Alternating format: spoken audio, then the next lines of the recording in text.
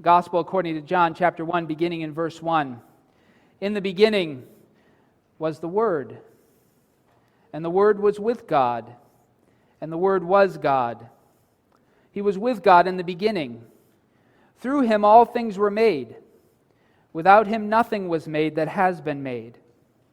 In him was life, and that life was the light of all mankind. The light shines in the darkness, and the darkness has not overcome it. There was a man sent from God whose name was John. He came as a witness to testify concerning that light, so that through him all might believe. He himself was not the light. He came only as a witness to the light. The true light that gives light to everyone was coming into the world. He was in the world, and though the world was made through him, the world did not recognize him. He came to that which was his own, but his own did not receive him. Yet to all who did receive him, to those who believed in his name, he gave the right to become children of God, children born not of natural descent, nor of human decision or a husband's will, but born of God. The Word became flesh and made his dwelling among us. We have seen his glory, the glory of the one and only Son who came from the Father, full of grace and truth. John testified concerning him. He cried out, saying, "This is the one I spoke about when I said, 'He who comes after me has surpassed me because he was before me.' Out of his fullness we have all received grace in place of grace already given. For the law was given through Moses. Grace and truth came through Jesus Christ. No one has ever seen God, but the one and only Son, who is himself God and is in closest relationship with the Father, has made him known." We're going to summarize the gospel today. We're going to tell the whole story from beginning to end. We're going to talk about why you and I are here and what is left to do. The prophets of the ancient people of Israel, the ancient Hebrew people, have told us a story. We find it in the book of Genesis. You can turn there if you want to, but I'm just going to summarize it. It's a story of creation. They've told us that at the very beginning of all things, the universe was dark. It was empty. It was chaotic. It was lifeless. And into that darkness, words were spoken. And those words were spoken by a being of light and life. And we call this being God. And we can find in Genesis the words that the prophets have told us he spoke into that darkness. Let there be light. Let there be heavens in the midst of the waters, and let them separate water from water. Let the waters under the heavens be gathered together, and let the dry ground appear. Let the dry ground put forth vegetation. Let there be sun, moon, and stars. Let the waters teem with creatures, and let birds soar above the dry ground of the heavens. Let the dry ground bring forth living creatures. And finally, then God said, "Let us make humankind in our image, according to our likeness, and let them have dominion over all creatures." But humanity has forgotten this story. I found the opening monologue to Peter Jackson's The Lord of the Rings to be somewhat helpful in creating the kind of space I think we're living in today. So this is a quotation from that. "The world is changed. I feel it in the water. I feel it in the earth. I smell it in the air. Much that once was is lost, and none now live who remember it. And some things that should not have been forgotten were lost. History became legend. Legend became myth, and passed out of all knowledge." In many ways, this is the space in which humanity finds itself, having forgotten the truth about ourselves and the truth about our world. History's become legend. Legends become myth, and the memory of our Creator and our creation has passed out of our conscious knowledge. Some of you know I have an affinity for C.S. Lewis's writings. I love his fiction series, The Chronicles of Narnia. I read it when I was a child. And my favorite book of those books is the book The Silver Chair. And there's this great moment in the silver chair, and there are 4 adventurers. One of their names is Jill. Another one is a prince. His name is Rillian. There are 2 others. They don't come into the quotation I'm going to share very much. But they're traveling on a quest, and they make their way into this underground city. And the city underground is ruled by a beautiful but evil witch. And she is insistent on keeping her control of all the people who dwell in this underground place. And the way she keeps that control is by trying to convince them that there is no other world, that where they live in this chasm underground is all the universe, and she rules the whole of it. And so these 4 are a danger to her, right? Because they know stories of the upper world. They know there's a sun and there's a sky, and not everything are caves and lights. And they know reality, and they encounter her, and she recognizes their threat. And so she tries to cause them to fall under her spell. And that's the scene I want to share with you from C.S. Lewis's The Silver Chair. Then came the witch's voice, cooing softly like the voice of a wood pigeon, from the high elms in an old garden at 3 o'clock in the middle of a sleepy summer afternoon. And it said, "What is this sun that you all speak of? Do you mean anything by the word?" "Yes, we jolly well do," said Scrub, another one of the kids. "Can you tell me what it's like?" asked the witch. She's playing an instrument this whole time. It's meant to put them to sleep. Thrum, thrum, thrum went the strings. "Please it your grace," said the prince, very coldly and politely. "You see that lamp? It's round and yellow and gives light to the whole room, and hangeth moreover from the roof. Now that thing which we call the sun is like the lamp, only far greater and brighter. It giveth light to the whole overworld, and hangeth in the sky." Hangeth from what, my lord?" asked the witch. And then, while they were all still thinking how to answer her, she added with another of her soft silver laughs, "You see, when you try to think out clearly what this sun must be, you cannot tell me.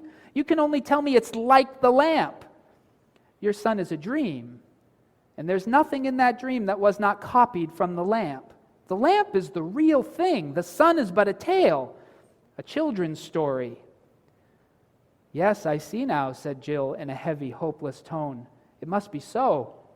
And while she said this, it seemed to her to be very good sense. Slowly and gravely the witch repeated, "There is no sun." And they all said nothing. She repeated in a softer and deeper voice, "There is no sun."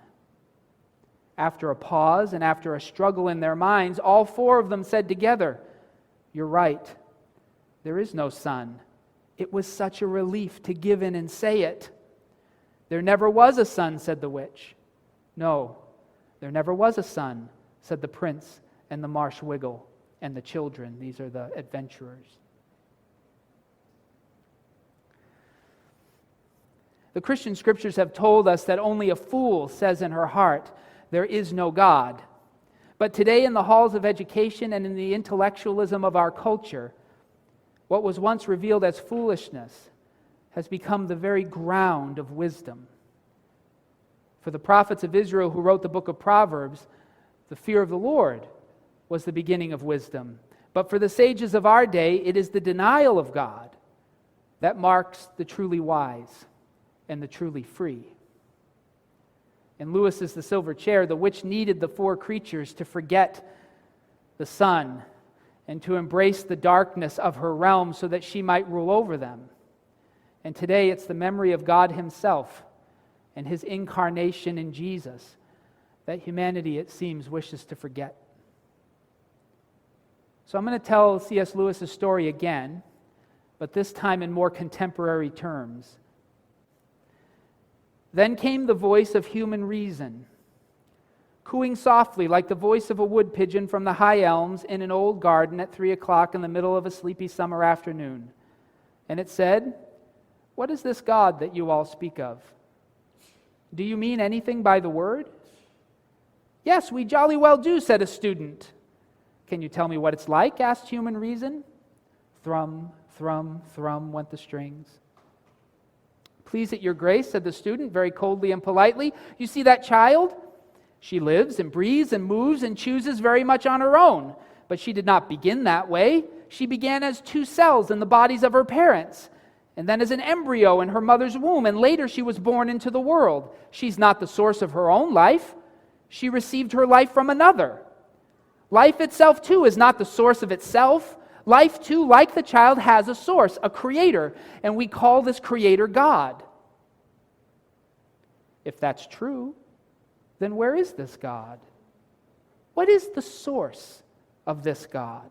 Asked human reason. And then, while she was still thinking how to answer, it added with another of its soft silver laughs, "You see, when you try to think out clearly where this God must be or from whence such a being would come, you cannot tell me. You can only tell me that it's like a mother or a father. Your God is a dream, and there's nothing in that dream that was not copied from humans. Humanity is the real thing. God is but a tale, a children's story." "Yes, I see now," said the student in a heavy, hopeless tone. "It must be so." And while she said this, it seemed to her to be very good sense. Slowly and gravely, human reason repeated, "There is no God." And the student said nothing.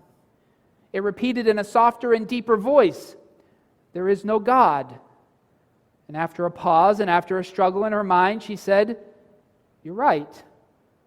There is no God." It was such a relief to give in and say it. "There never was a God," said human reason. "No, there never was a God," said the student. Now that's a fictional tale written by C.S. Lewis in the early 1900s, and yet that same story is played out over and over and over again, and some here today are still going through the motions, but you've believed it too. Now, I'm convinced that if God had remained silent, if he had simply kicked the universe into motion and then stepped back and we had never heard from him again, we would be forever trapped in that cave underground, never knowing if there was any more than the simple experience that you and I have. If there was ever any more than our eyes were seeing at the present moment, we would never have any way to know. If God had not continued in relationship with us, the knowledge of God would have been lost forever. And for many, that's part of why they cannot see. But God did not remain silent. Humanity may have forgotten who we are and from whom we have come. But God has been speaking. As God had spoken reality into being in the very beginning, God spoke to a Middle Eastern man, a man named Abram, from a city that we can find the historical remains of to this day, the city of Ur. It's in modern-day Iraq, one of the first seats of civilization in our world that we can find. Archaeologists study it today. That's where Abram lived, and later God would call him Abraham. And God continued to speak to Abraham's children, first to Isaac, and then to Jacob, and then to Joseph, and then to Moses, and then to Joshua, and then to the prophets of Israel, and even to some of her kings. And God commanded the people of Israel from the first time he began to talk with them to keep a record. This is the history of Israel. God commanded them to keep a record of their life and culture with God. And for nearly 1,500 years, they wrote and rewrote and reflected upon and interpreted their history with God. And the result of that 1,500-year-old cultural project that began with Abraham and Ur and completed with the people in the land of Israel is how we receive the 39 books of what we call our Old or First Testament. But then again, God fell silent, and Abraham's children began to forget, as the world around them had long since forgotten who they were and from whom they had come. Until once again, somewhere between 2022 and 2024 years ago, God spoke again. But this time, God did not call out to a human being like he had with Abraham, Isaac, Jacob, or Joseph, or Moses, nor did God work miracles to deliver his people from slavery to a more powerful and oppressive nation, as he had done when, through Moses, he delivered the Hebrew people from slavery to the great nation of Egypt. Nor did God simply send prophets to reinitialize the repressed memories of his people, as he had done through the prophets and the kings of Israel. This time, God did something new. God himself entered into human history personally. God himself became flesh in the person of, by all outward appearances, a Jewish man from a small town in Galilee, a carpenter from the town of Nazareth. And this man's name was Jesus. And every year on December the 25th, we celebrate his birth in the small Judean town of Bethlehem. In the life and ministry of Jesus, humanity again began to awaken. Our lost memories restoring as God himself pitched his tent among us. The Gospel according to John tells us that Jesus taught his disciples later in that book in the following way. This is John chapter 14, beginning in verse 1. Jesus says to his disciples, "Do not let your hearts be troubled. You believe in God. Believe also in me. My Father's house has many rooms. If that were not so, would I have told you that I'm going there to prepare a place for you? And if I go and prepare a place for you, I will come back and take you to be with me, that you also may be where I am. You know the way to the place where I am going." Thomas said, "Lord, we don't know where you're going. How can we know the way?" Jesus answered, "I am the way and the truth and the life. No one comes to the Father except through me. If you really know me, you will know my Father as well. From now on you do know him, and you have seen him." While God walked amongst us in the flesh, in the person of Jesus, he healed diseases. He cast out unclean spirits. He restored sight and hearing and mobility, and he spoke words that might again remind humanity of all we had chosen to forget. But many did not want to remember. And so, to cling to their darkness, they killed the source of their light and their life. God allowed us to kill him while he lived amongst us in the flesh. And again, the story of humanity with God might have ended there. If God had just kicked everything into being and not interfered, we would have lost all knowledge of the reality of who we are and from whom we had come. And if Jesus remained in the grave, we would again have lost all knowledge of who we are and from whom we had come. But over 500 eyewitnesses claimed that he had risen from the dead. It's very important that we don't think of the New Testament as one source for the resurrection.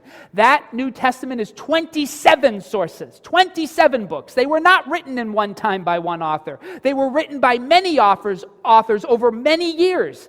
27 testimonies, not one testimony. Over 500 eyewitnesses, Paul tells us in the book of 1 Corinthians, claimed that Jesus had risen from the dead.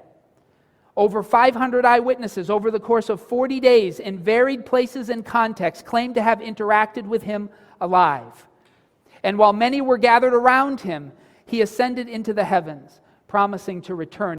This experience was so real and so visceral for these men and women that they forsook their families and their cultures and their beliefs, and many their very lives, to share the story of the existence of the God of all creation, who they had encountered in the flesh of a man, who was crucified by the Roman government, who was buried in a tomb, and 3 days later rose to new life, who had then ministered among them for the next 40 days, and then ascended into the heavens right in front of their eyes. They didn't hear these stories, they saw them.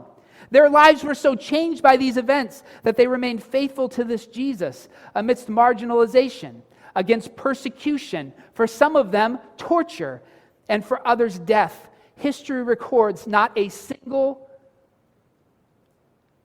admission by any one of these witnesses, no matter how they died, that they had lied. You and I can get a lot of people to do a lot of things by telling them something that isn't true. But these were the originators of the story, and they were willing to be tortured to death and refused to recant. In them, humanity had remembered who it was and from whom it had come.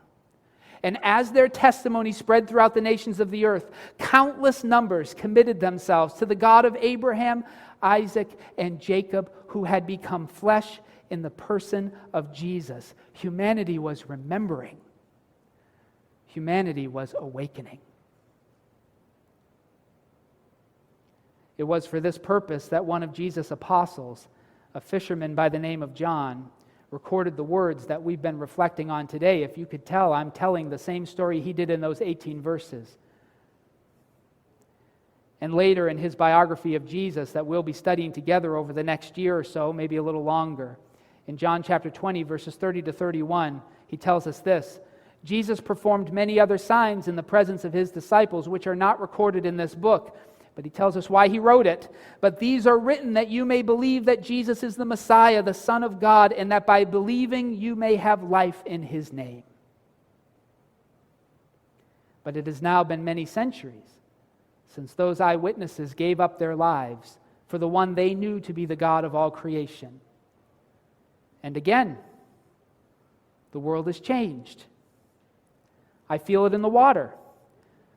I feel it in the earth. I smell it in the air. Much that once was is lost, and none now live who remember it. And some things that should not have been forgotten were lost. History became legend. Legend became myth, and passed out of all knowledge.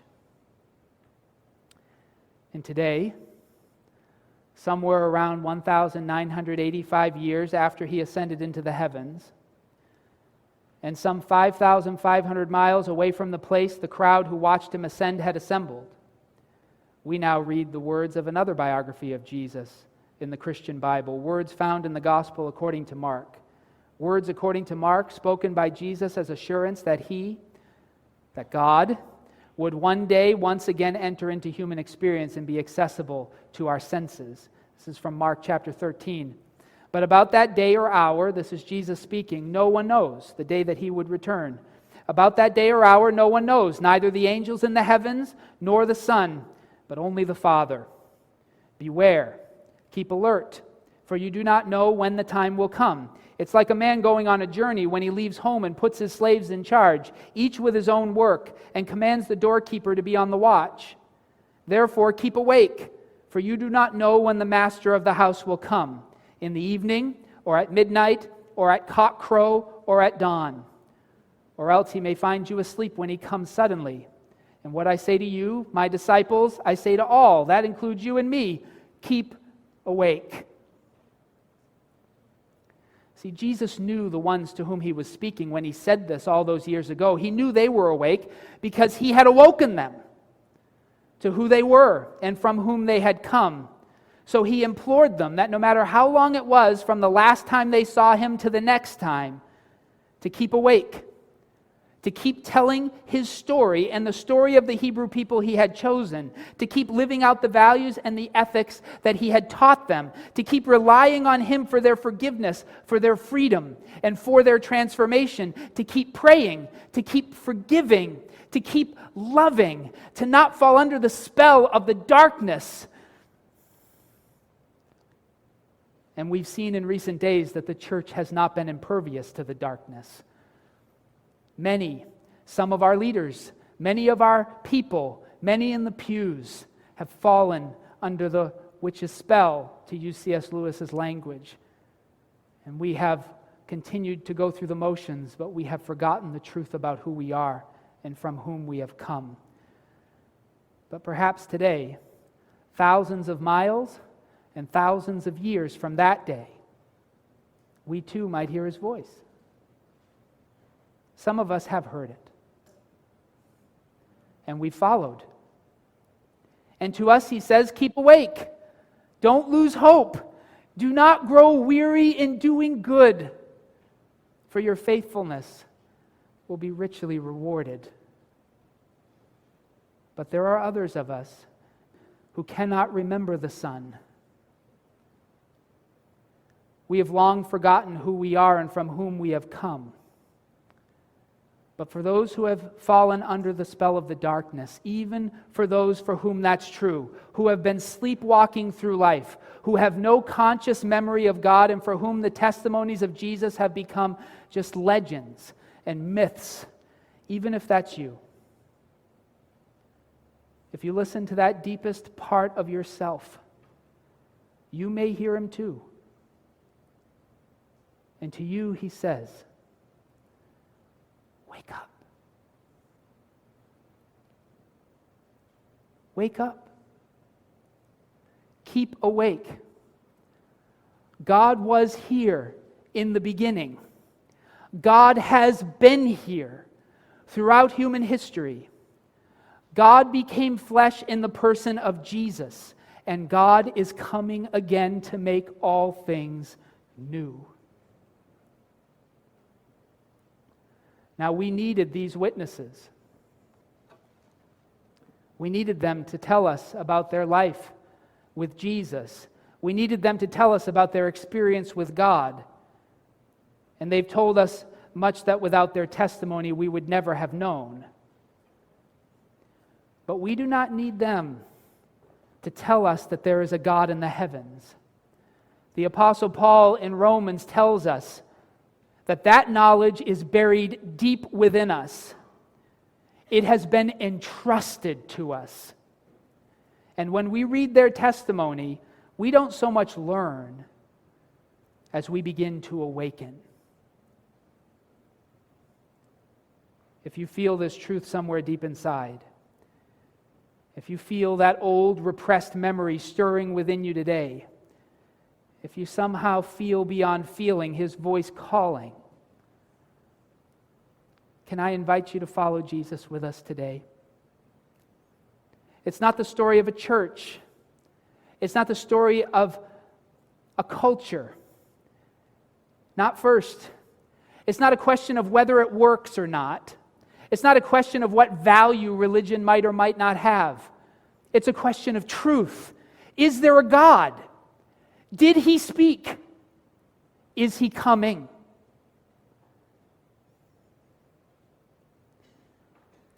The truth about us is this: God is our past, he is our present, and he is our future hope. There is no other. You came from him. You live in him. And you are going to him. This is the truth. And humanity has known it for as long as we've kept records.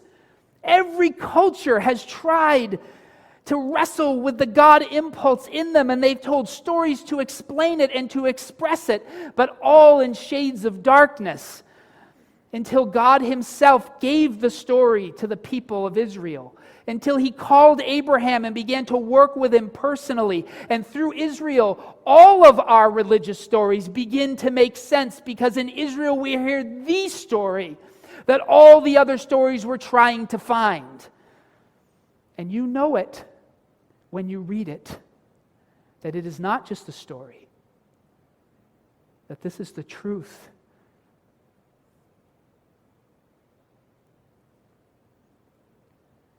This can be, church, for us a day of awakening. For the light has come into the world, and the darkness will never overcome it.